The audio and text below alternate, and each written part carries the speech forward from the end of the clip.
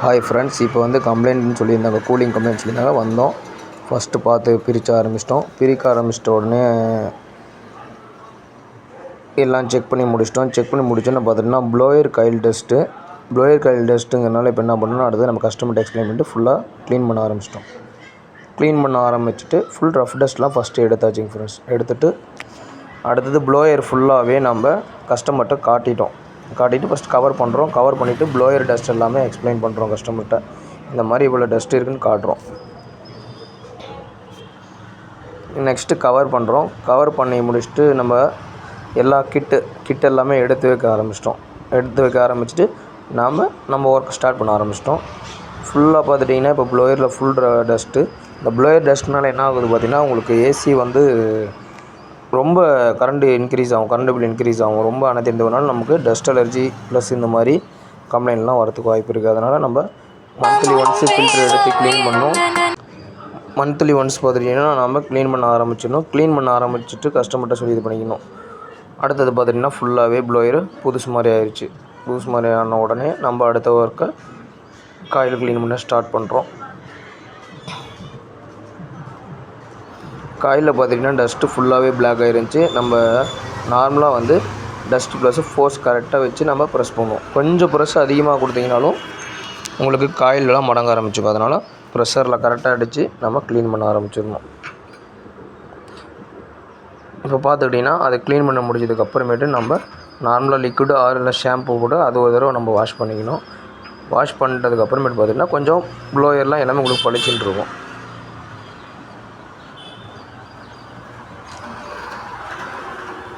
இப்போ பார்த்துட்டிங்கன்னா நம்ம ஃபுல்லாகவே காயில் வாஷ் பண்ணி முடிச்சாச்சு. காயில் அண்டு ப்ளோயர்லாம் வாஷ் பண்ணியாச்சு. ஃபஸ்ட்டு இருந்ததுக்கும் இப்போதுக்கும் கொஞ்சம் வித்தியாசம். நெக்ஸ்ட்டு வந்து கிரில் செட் எல்லாமே நம்ம வாஷ் பண்ணுறோம்.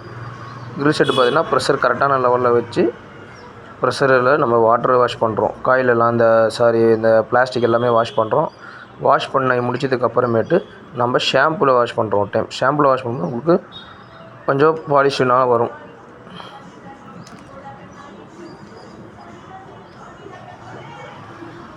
நெக்ஸ்ட்டு பார்த்துட்டிங்கன்னா ஷாம்பு ஃபுல்லாகவே அப்ளை பண்ணதுக்கப்புறமேட்டு பார்த்துக்கிட்டிங்கன்னா அந்த காயில் ஃபுல்லாகவே அந்த கிரில் செட்டு காயில் இது எல்லாமே ஷாம்பில் பண்ணும்போது உங்களுக்கு ஸ்மெல்னஸாகவும் ப்ளஸ்ஸு பாலிஷிங்காகவும் இருக்கும். அதனால் நம்ம வாஷ் பண்ணுறோம். கிரில் செட்டு எல்லாமே நம்ம ஷாம்பில் ஒரு தடவை நல்லா தேய்ச்சி கழுவிச்சதுக்கப்புறம் நம்ம ப்ரெஷர் மோட்டரை வச்சு ஃபுல்லுமே ஜெட் பம்ப் போட்டு நம்ம வாஷ் பண்ணணும். வாஷ் பண்ணி எடுத்து அதை நம்ம காய வச்சிடணும்.